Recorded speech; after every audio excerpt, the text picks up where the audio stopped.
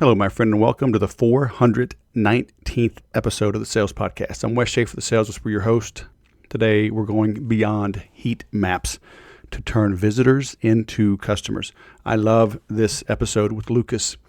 He is a former Google employee, and I've said all the time, you don't need more traffic. You need more prospects. You need more qualified leads, which means you need more conversions.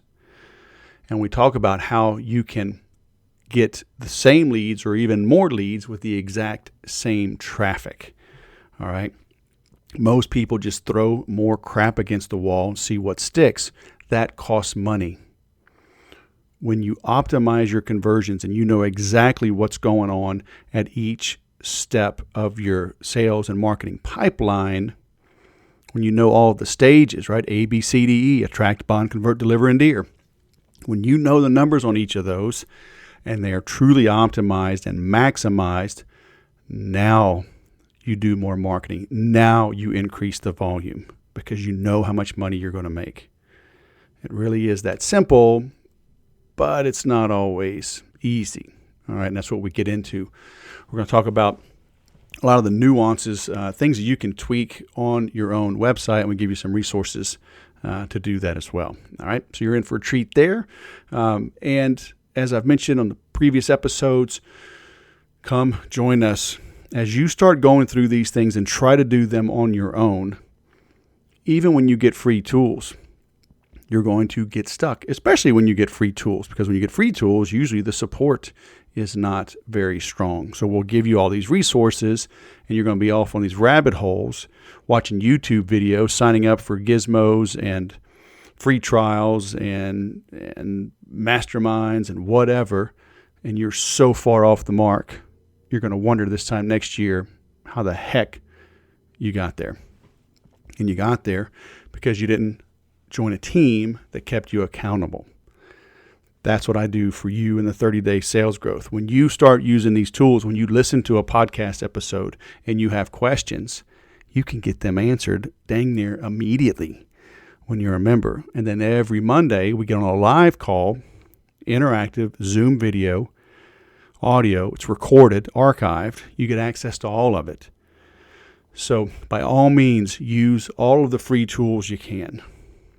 But when you need to, as I've always said, it's better to pay more than you wanted than less than you should. Come join the program. There's a 1-year money-back guarantee. Come join us. Come grow. And I promise you, when you're done with, this will come out right at the very end. When is this going live? Yep, very end of December, the end of the decade. Then you'll certainly have a better decade. You'll even have a better year if you join us now. All right, 30daysalesgrowth.com. Go join and then come back and listen to this interview. Lukas Haensch, all the way from Germany. Welcome to the Sales Podcast. Man, how the heck are you? Very good. Thank you, sir. What about yourself? You're the founder of PathMonk. So here on your LinkedIn profile, double the customers from your website effortlessly. All right, I'm going to hold you to that, man, because I'm a lazy salesman. No effort, right? I want to drink bourbon, yes, and just make money. All right, are you going to help me make that happen? I think so. You will have to pick up the phone quite a bit after this, though. All right, that's fine. I'll sub that out to somebody in the Philippines, man. I just want to keep drinking. Okay. So your background. So you're from Germany. I've been reading up on you here. International business. Then you went over to Dublin, master's in computer science, cognitive science. Very interesting. Product intern at Google, focusing on the user experience, right? Mm-hmm. And correct. then, among other things, 4 years at Google in Ireland, working on the mobile UX manager, page speed specialist. That seems like a very finite, specialized focus, huh? Yep, very, very true. Very true. There was we were a very specialized team within Google that was focusing on mobile user experience, and we were tackling it from two angles. One was the page speed optimization, right? Everybody knows page speed has an impact on SEO, and page speed has an impact on conversions. So we were a task force within Google that was supporting Google's biggest advertisers on optimizing their page speed, because page speed is in a way directly linked to conversions, right? The slower the page loads, the more clients you lose because you're facing them with a blank screen, and they might just be dropping off on mobile. So our team was focusing on helping Google's clients to make their sites faster and to optimize their mobile experience to increase conversions on mobile specifically, given that more and more traffic is coming from mobile to the e-commerce pages, the lead generation pages, and so on and so forth. Gotcha. So this is going back several years. So Google has known for many years that A, page speed is important, and B, mobile page speed is important, right? Right. What are the statistics around mobile? I saw something, was it last year or in the last 2 years, like mobile traffic has now surpassed desktop traffic? Yeah, that has definitely happened quite a while ago, and you can see it. I think for every business owner or business teams, it's very interesting to check out their own traffic. But most companies I'm facing, it's usually around 70%, 60%, maybe even more of mobile traffic coming to the page, right? And what is very interesting, if you look at the mobile experience, as we all know, it's quite different than the desktop experience, because a mobile experience is characterized by short instances of visits, right? We call that at Google the mobile moments. Somebody can have around 150 mobile moments in a day where they just quickly jump into your page, look for one information, jump out again. And all of that affects the conversion rates, right? If somebody's just coming for a quick piece of information, are you able to capture their contact information at this point in time? In many cases, companies are not successful doing it. That's why mobile conversion rates are usually lower than on desktop. And this is where page speed, for example, and any type of optimization comes into play, because what are the different parameters that you can try to improve for these mobile moments? And one of them is obviously, how quick are you showing content on the page? Because still a lot of pages load relatively slow, right? The reality out there is somewhere between 3G fast and 5G today. So not everybody's always on the latest network, which means a lot of phones actually display your page much slower than you would be thinking, using it maybe in your office or using it in the environment where you are sort of having a strong connection. Right. So all of that comes into play when thinking about mobile experience. Right. So speaking of 5G, are we all going to have our brains melted when this becomes the standard? It's very probably I'm not the best person to answer if everybody's brain is going to be melting. But what I can say is, and I think this is very interesting, is, and that was also the main mantra that we were having being in Google, is even though a technology has reached a certain standard, until this has actually spread out across most mobile devices out there, takes quite a while, right? So for a quite long time, even within Google, we were measuring everything on 3G, right? And this goes back now about 2 years, I would say, for the pure reason that a lot of people's devices are not high end, are not the latest devices, are not in the area where there is latest connection. So always keeping that in mind was really important for us. Yeah, I just I kept my iPhone the longest ever just now for 3 full years. I just upgraded from a 7 Plus to an 11, and I'll probably stick with that model. I mean, because that phone, it was still fine, but I was able to sell it for half of what the 11 was. So I was like, all right, I'll upgrade for a few $100. Because going back to the 10, right? I didn't want to spend $1,200 on the phone, and people were like, yeah, you need the latest tools. It's like, I didn't need the latest tools. Yep, and that's really important to keep in mind. And obviously, people have various reasons, but the end result is always the latest technology is not distributed equally across the population, which means obviously you have to make sure that your websites, in this case, if you're looking from a page speed angle, is performant on something like 3G fast, 4G by today. in order to capture clients. Right. And so how can the average person do this? I mean, Yep. things are changing. A lot of people are on WordPress, or do they have a mobile responsive theme? And all right, so it looks okay.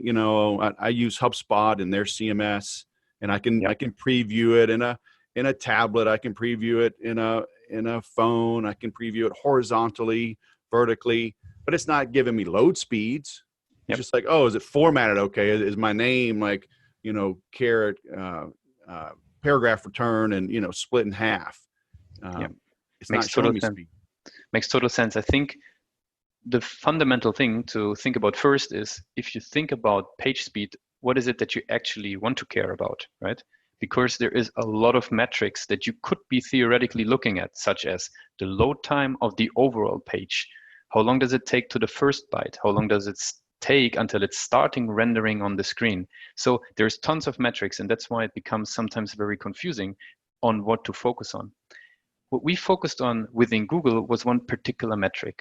It's called speed index, and you guys out there listening, you can easily get your speed index by going to webpagetest.org.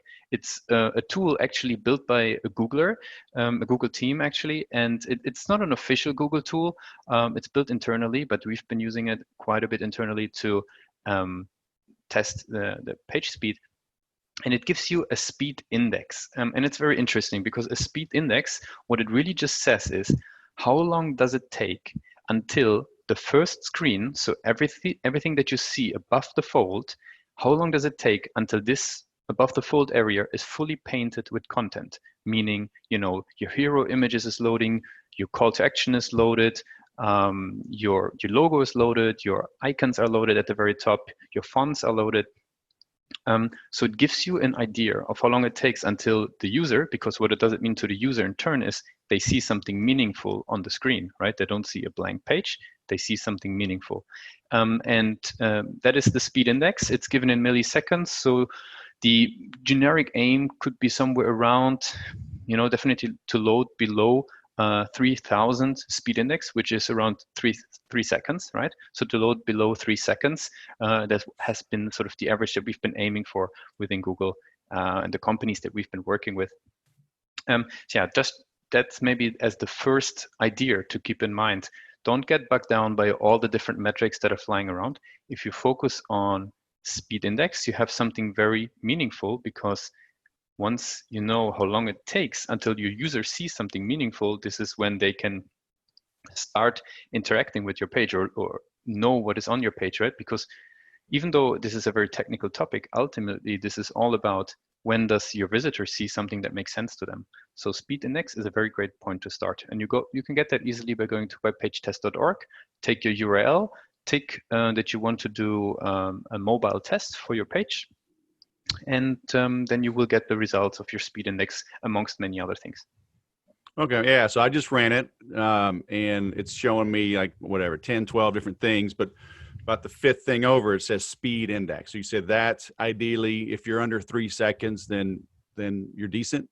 Definitely. That's exactly it. And what results from this is how you start to think about how to optimize for page speed. Because let's say if you would be only focusing on your first byte, right, when the first byte is being sent, then you start thinking about, am I having the right server set up? Do I have to improve anything on that more technical infrastructure side?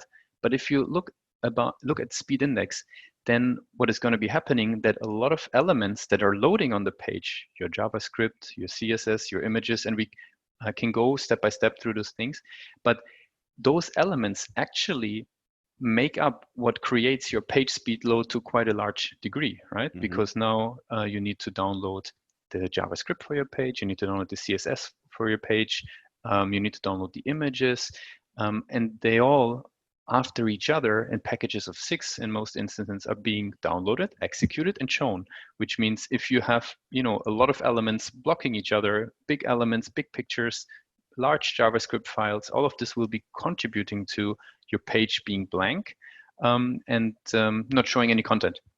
So that's why looking at speed index gives you a lot of new opportunities to improve your page speed, because you can, start tweaking basically every file that you're downloading to see, is there any improvement potential. Gotcha. But it is, there's a lot to look at. I see it gives me this waterfall screenshot, which is I've seen with Google. And is it the console? I don't even. Is it the analytics? Yeah. So if you load, I can also actually share my screen while we are doing this here.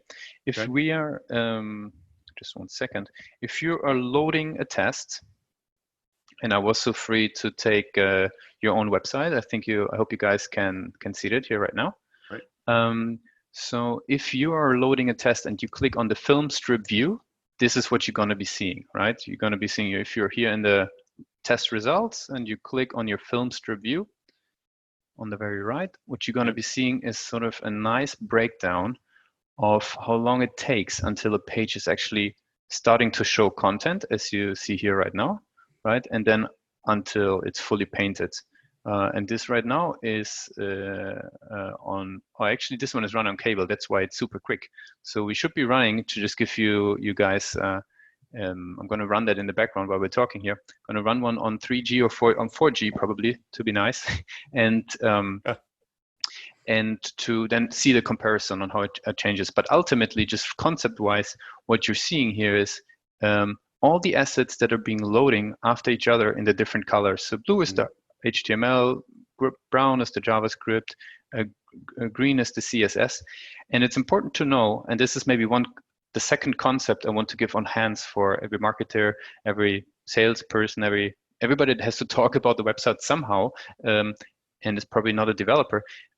What is very interesting to know is the idea of the critical rendering path, because there is elements such as HTML, JavaScript, and CSS, as we have it here on the screen, those three, that are actually by default are blocking the rendering of the screen. So as long as we have HTML, CSS, and JavaScript loading, nothing can be showing on the screen. So it's going to remain white. So the more assets you have here, so if you have tons of CSS, tons of JavaScript, you're going to have a very, very long time a white page.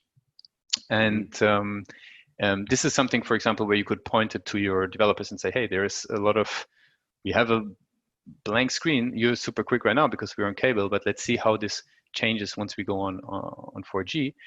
Yeah, that's one point to start. So the second concept to keep in mind is the browser has to walk through all of those assets. And if this asset is a JavaScript, a CSS, or an HTML, this is going to be actually blocking the browser to start any type of rendering, right? And the more you have their marketing tags, A/B testing tools, any type of JavaScript related tools in your page will block that rendering. And that means cleaning up there can be very helpful. So we're going to stop sharing now, run the test in the background with the same website on 3G, 4G, and then we can see what the result's going to be there.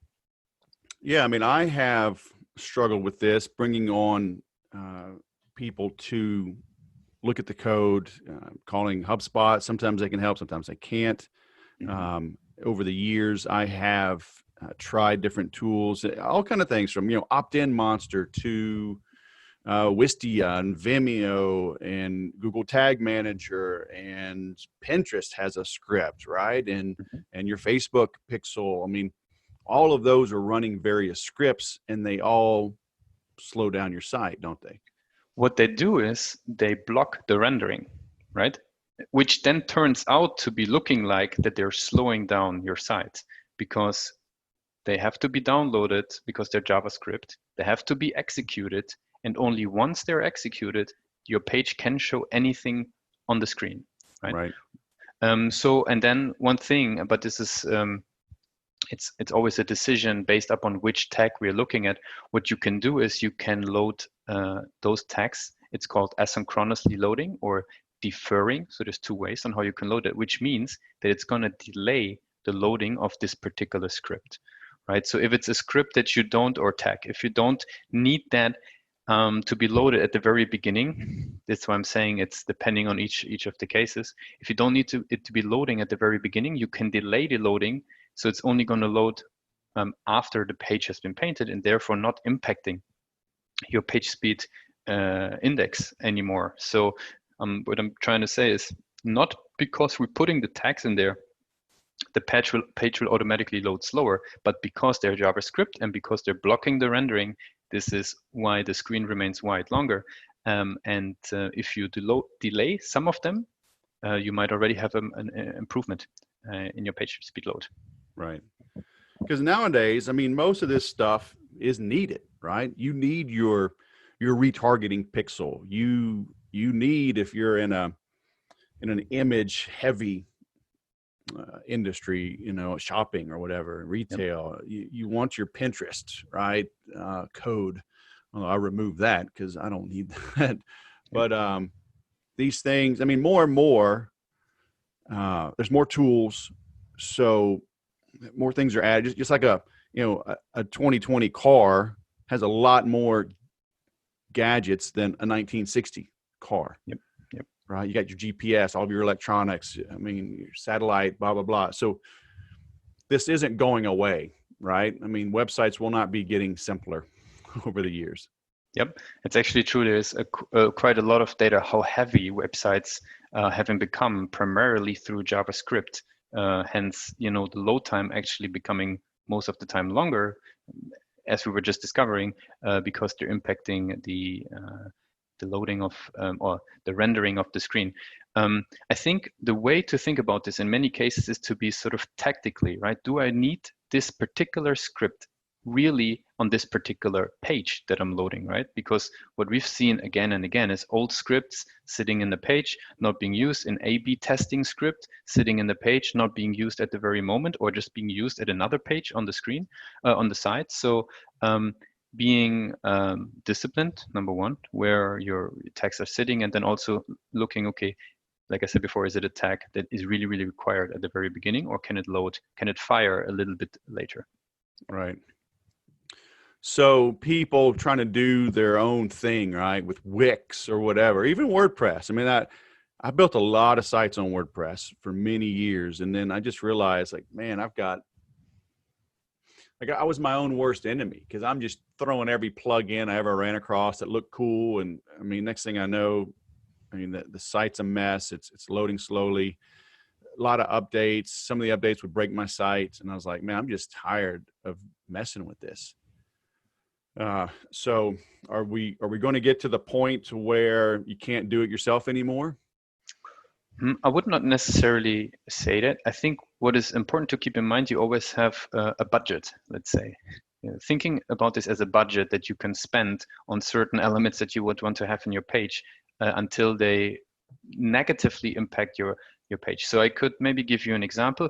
If you are thinking about a carousel, something that a lot of people put on their website, right? Where a couple of pictures flip, you might put a plugin in there that is doing it for you. Maybe your theme is doing it for you per default. What is interesting to do is to look at each of the elements that is in the page and think also from the angle of page speed. Right? From a user experience perspective, you might want to show a carousel on the page because you want to show several advertising messages at the same time, or promotions, although there's obviously a lot of UX data that provides the conclusion that you should not put those carousels in there. But if you look at it from a page speed perspective, then you look at it from a different angle, because then you realize, this carousel is actually based on JavaScript. That means it's gonna delay our rendering. It's loading 5 or 6 images. 5 or 6 images take, quite a bit of bandwidth to be downloaded. And if you check your test on webpagetest.org, you might be seeing that those pictures even download for 10, 12 seconds, depending on how big they are. Then you look at it then you look on your mobile site and say, okay, you have a carousel there. Did people even click on those second, third, and fifth image? And if they didn't, then you're basically spending your budget that you would have, let's say your JavaScript budget, on something that is not providing you value. So I think it's not that people cannot really handle this themselves anymore. I think it's being cautious about what is the elements that I'm throwing into my page, and do they even provide value, right? On mobile, do I really have to run all of these animations, or can I just simply have one large image that you are sending with the first request, and we can go into that. But using it as a trade-off a little bit, and not overloading the page, because every time you throw in something that has functionality, it might have JavaScript in there in most cases, and it will impact your page load. So should I have a totally different page, at least homepage, for mobile versus desktop? I think especially if you think about the first screen at the very top, right? Optimizing this one with elements that can be loading quickly, which would be, for example, one key hero image. If you optimize this key hero image, there's something that is called base 64 encoding, which means you can actually take this image, turn it into a piece of code, and put that into your HTML from your WordPress theme even. So it will be sent with the first request. So now this is very different than when you would be loading, and I'm still just talking about that first screen, right? Very different than you would be loading a carousel with a lot of images, JavaScript. So I'm not saying to have a completely different website. I'm saying on mobile, what is more important? That somebody is quickly seeing that one asset that is loading quickly, or is waiting for your assets for a long time because you're putting in, animations, some JavaScript for maybe a carousel or anything else. So I think it comes back to this. That's why speed index is so important. Ultimately, what only matters is that a user sees meaningful content as quick as possible. And if you're adding plugins, if you're adding tools, if you're adding elements to the page that prolong that, this has to be a very valuable element, because if not, it's just sort of, delaying your page load without any further value. I hope that makes sense. So what are valuable elements on a site? I'm a writer. I'm a big believer content is king. Yep. But do I need a bunch of images? Should it all be video? Just don't even worry about text anymore. Just video, pretty pictures, and a big CTA and a retargeting pixel, so I can just spy on them, follow them all around the web till they finally buy from me. So it obviously depends on what the particular no depending. Nope, I need an answer. Very good. So what I would say is the key elements are a key value proposition, a hero image that represents what you're doing relatively quickly. You load that image quickly, you add a key value proposition, and you have a call to action that makes sense to the user based on where they're coming from or based on what they see in the context. So I wouldn't even try to mess with those key elements on the page, just making sure that they're easily there. A lot of people even have their call to actions below the fold, for example, which then is not being seen. So I wouldn't sort of challenge, from my perspective at least, challenge this status quo. I think it's more about not overloading. For example, a video, I think is a very interesting one. If a video is really key for you at this point, and if you have data that people are actually watching that video on mobile, then there's always a way to figure, for example, you can just have the frame of the video there, and then once the user clicks, basically lazy load the video so that only shows once it's actually being required. But for a very basic website, I would suggest on mobile to stay away from animations, then carousels, even hero videos, if not necessarily required. And if so, I would say the workaround that I just described, and just stick to the basics so that you load quickly, because I think it's always preferable to load quickly rather than letting the user wait and then users disappear. Right. So you have software that, people subscribe to, and it just does all this for them. Is that what you're doing?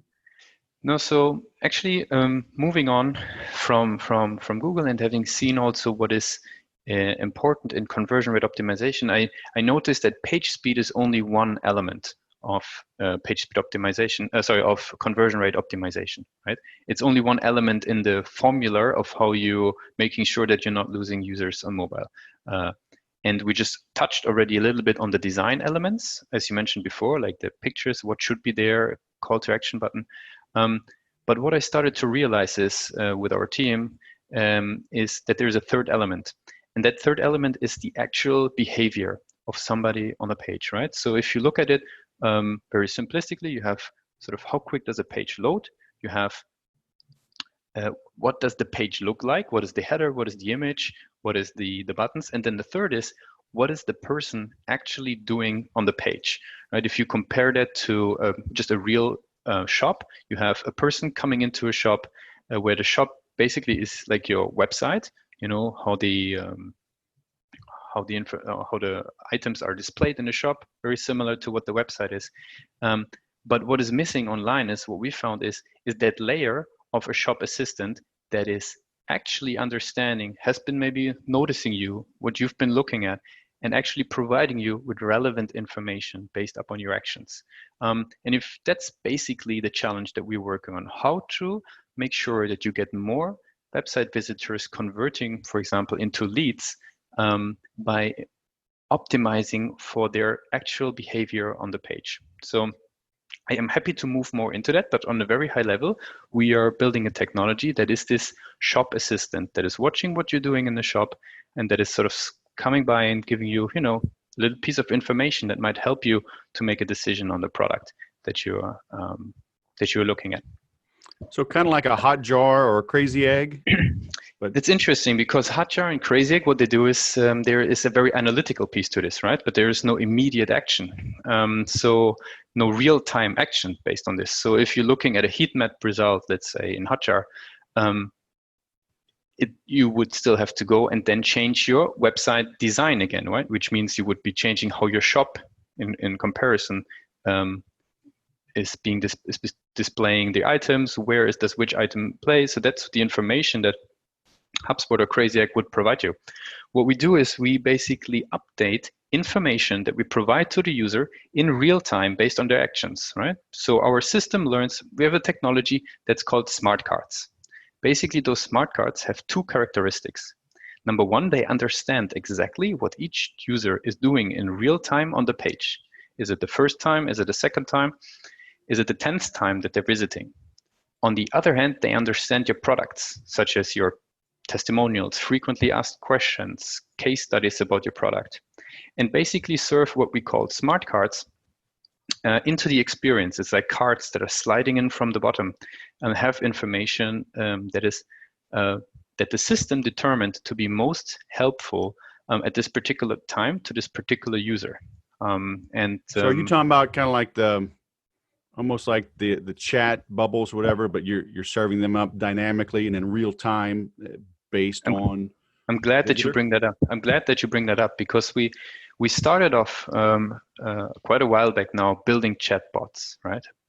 Because there was a big hype, and there still is a big hype about chatbots to be helping users to purchase more on the websites. What we realized though is on an actual website, the chatbot takes a very passive role, right? You have to actively go there in most cases, click on the chat bubble, open it up and type a question. And a lot of people in the sales context don't do that. Same as a lot of people in a shop don't go to a sales assistant that just stands behind an information box and waits for people to Hey, can I help you? No, I'm just looking. Exactly. Right. And even one step further, like the person wouldn't even ask, hey, can I help you? Just be standing behind an information desk or any desk there and wait until a shopper would go proactively to them, ask a question. It happens, but it doesn't happen a lot, right? And it doesn't lead to a lot of sales. So what we've been seeing is, at least in our experience, that chatbots don't necessarily actually increase the amount of leads. For example, if you have a lead generation website, what they do is they're amazing in a customer service context because you have a burning question, you know the chat bubble is there, you jump in, you ask your question. But if you want to sell on the page, we have seen relatively low uplifts in conversion rate if you have a chatbot implemented. So basically, to then step back, how is it different what we do? We serve this information that I mentioned before about the product dynamically, right? So they proactively appear based on exactly what you've been doing. And the system is learning, okay, which behavior is increasing the likelihood of somebody wanting to do a submission, right? Is it that they've been, an interesting patterns emerge, somebody coming the first time, and on mobile, for example, if they've been jumping back and forth between your page and another page, it becomes more likely that they are, shortly before submission. And then we're serving up a card that then would be matching that use case. So Nice. going basically one step further than what a chatbot would be doing. Because the passiveness, let's say, in our experience, would still leave a lot of conversions on the table, because the reality is still, for most pages, that they face a conversion rate of somewhere between 1.8 to 2%, which means 98% of the visitors never ever leave their contact information for the sales team to then follow up on. Right. So how long does this take to learn? Somebody, like if I install it on my site, Yep. how long before like realistic intelligence is gathered and becoming effective? Yep. So that's a key element to the product. The product learns from every page that it's installed in, right? So you put the widget. It's just a small JavaScript widget which loads asynchronously, because we don't need to show anything at the very first second. Not if somebody steps into the store, we have to be there. We can wait.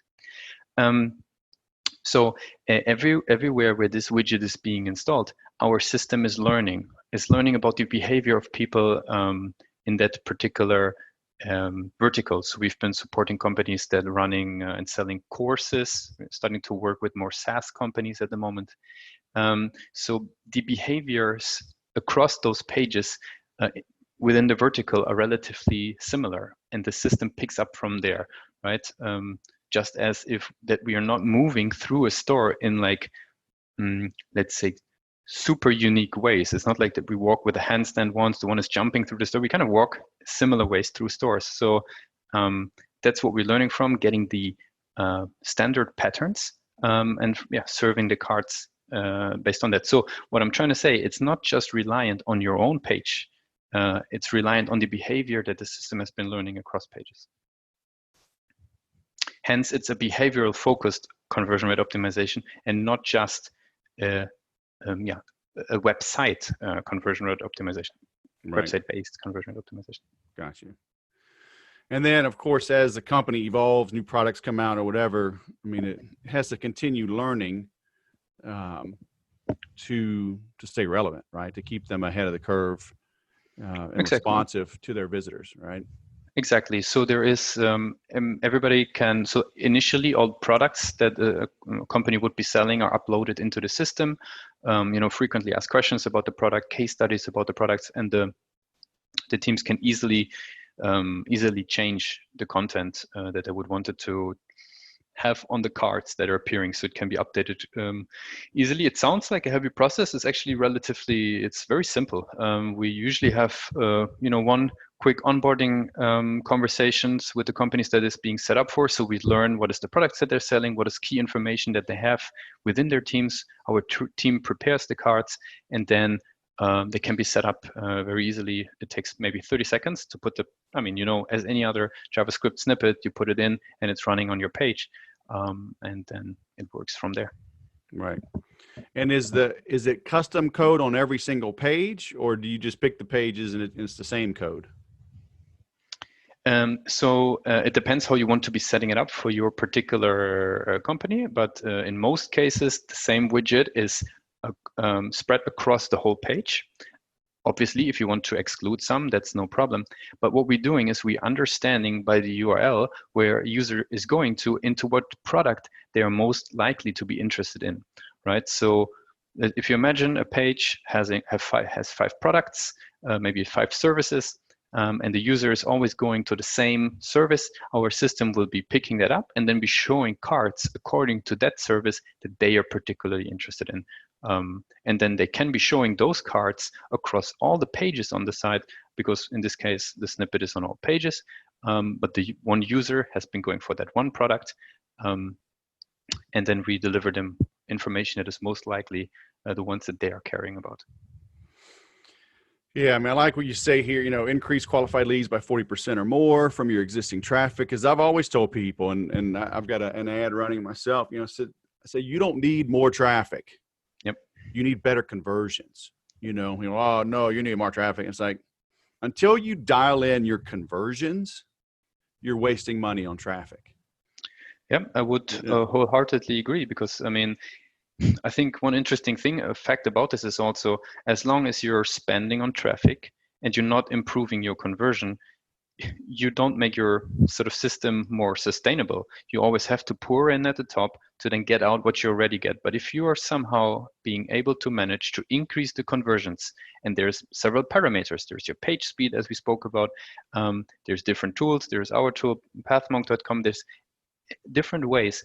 If you're able to increase the conversion, that stays with you. Nobody can change that from you. Nobody can take that away. You don't have to pay more advertising to keep your conversions high up. So I think that's one really important thing. And I think sometimes what gets underestimated is the actual impact of conversion rate optimization, right? If you have several thousand people coming to your page and you only increase your conversion rate by a few percentage points, right? Just a little bit. And if you have if you have a product that is high value, like a course, a software, any type of elements like this, if you only tweak that conversion rate a little bit, that will be very beneficial for your product, a lot more revenue. I think it's very interesting to see more and more business owners looking into conversion rate optimization rather than just spending on ads. So that's what we've been experiencing.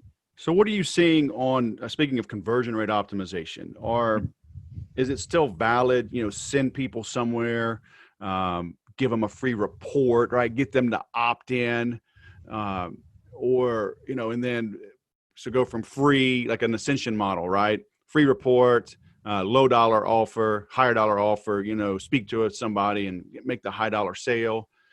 Is it better to send them to maybe just a high value content, ungated, 2,000 word blog post, totally detailed, and like retarget them, bring them back to maybe a different page later? Like, what are you seeing as far as that, the pipeline or the conversion rate path, if you will? Yeah, I think one thing is really interesting is to keep a close eye on when do people actually convert on your page. Let's say what has been very surprising, when we were looking into our systems that I was describing before, there is certain points where it's way, way more likely that a user is converting.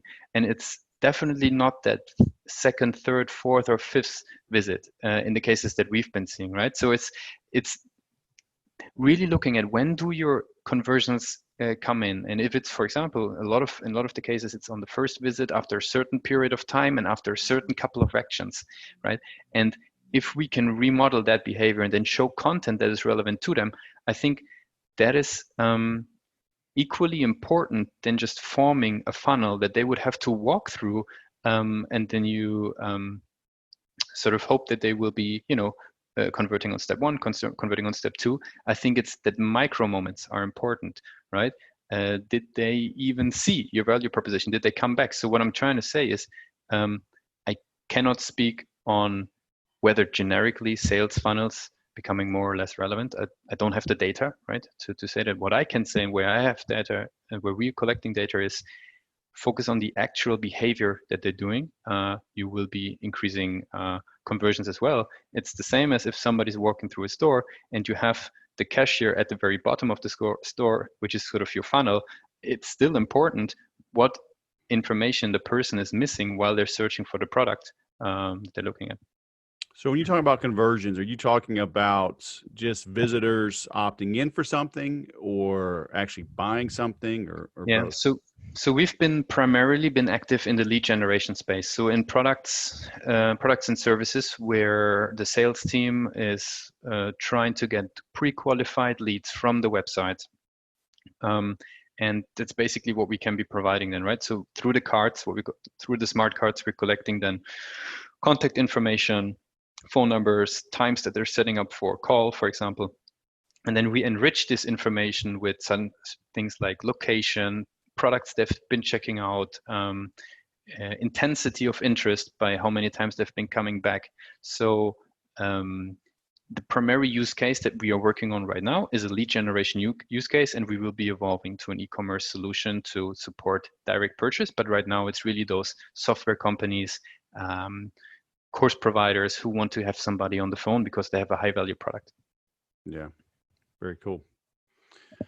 And so where do we send them, huh? Just pathmonk.com?